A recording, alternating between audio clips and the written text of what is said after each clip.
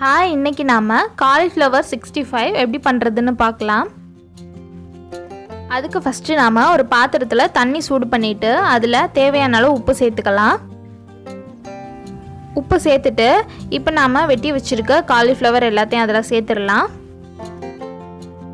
இதை நாம ஒரு 5 நிமிஷம் நல்லா சுடுதண்ணியில் போட்டு கொதிக்க விட போறோம்.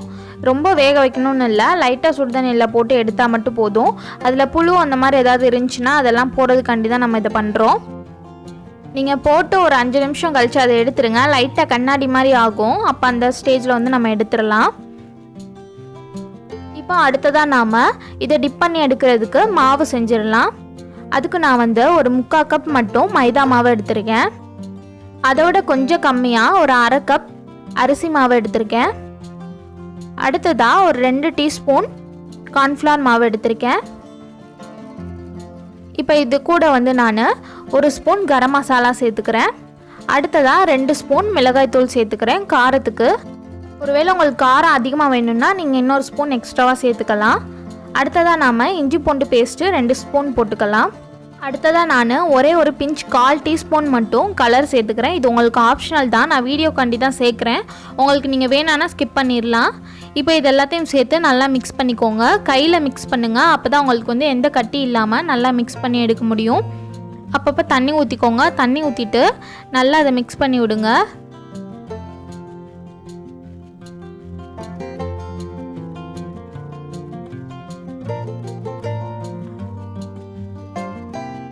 இப்போ பாருங்கள், நல்லா நம்ம கட்டி எதுவும் இல்லாமல் நல்லா மிக்ஸ் பண்ணி எடுத்தாச்சு. இந்த மாதிரி பண்ணிக்கோங்க. தண்ணி கொஞ்சம் கொஞ்சமாக ஊற்றினா தான் உங்களுக்கு அளவு தெரியும். இந்த பதத்தில் இருக்க மாதிரி நல்லா மிக்ஸ் பண்ணி எடுத்துக்கோங்க. இப்போ இதில் நாம் தேவையான அளவு உப்பு சேர்த்துக்கலாம். நீங்கள் உப்பு செக் பண்ணிக்கோங்க. செக் பண்ணிட்டு உங்களுக்கு எவ்வளோ வேணுமோ அதுக்கேற்ற மாதிரி சேர்த்துக்கோங்க. இப்போ நல்லா மிக்ஸ் பண்ணியாச்சு. இப்போ இதில் நம்ம ஆல்ரெடி வேக வச்சுருந்த காலிஃப்ளவரை இதில் சேர்த்துக்கலாம். அதையும் சேர்த்து நல்லா மிக்ஸ் பண்ணி விடுங்க. நல்லா ஃபுல்லாக எல்லா காலிஃப்ளவர்லேயும் நல்லா கோட் ஆகுற மாதிரி.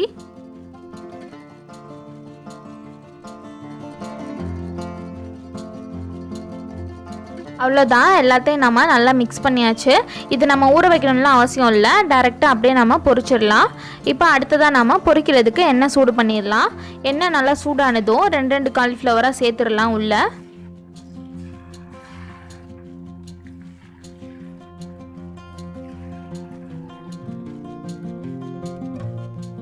அடுப்பை மீடியம் ஃப்ளேமில் வச்சுக்கோங்க. நம்ம ஆல்ரெடி இதை வேக வச்சு தான் எடுத்திருக்கோம். அதனால் இதை ரொம்ப நேரம் பொரிக்கணும்னு இல்லை. மேலாப்பில் நல்லா மொறுமொறுன்னு கிறிஸ்பியாக வந்தது இதை எடுத்துடலாம்.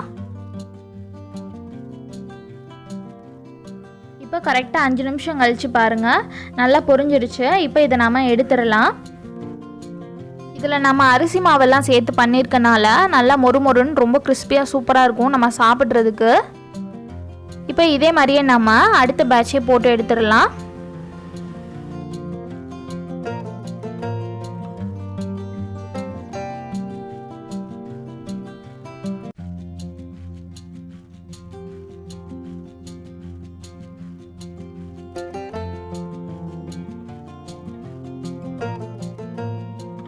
பாருங்க, இதுவும் நல்லா பொரிஞ்சிருச்சு. இப்போ நாம இது எல்லாத்தையும் எடுத்து வச்சிடலாம்.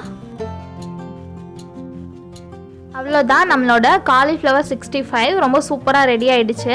இதை கண்டிப்பாக எல்லார் வீட்லேயும் ட்ரை பண்ணி பாருங்கள். அண்ட் இந்த வீடியோ உங்களுக்கு பிடிச்சிருந்துச்சின்னா லைக் பண்ணுங்கள், ஷேர் பண்ணுங்கள், கமெண்ட் பண்ணுங்கள். அண்ட் என்னோட ரெசிபிஸ் எல்லாம் உங்களுக்கு பிடிச்சிருந்துச்சின்னா மதுரை பொண்ணு சேனலுக்கு சப்ஸ்கிரைப் பண்ணுங்கள். தேங்க்யூ.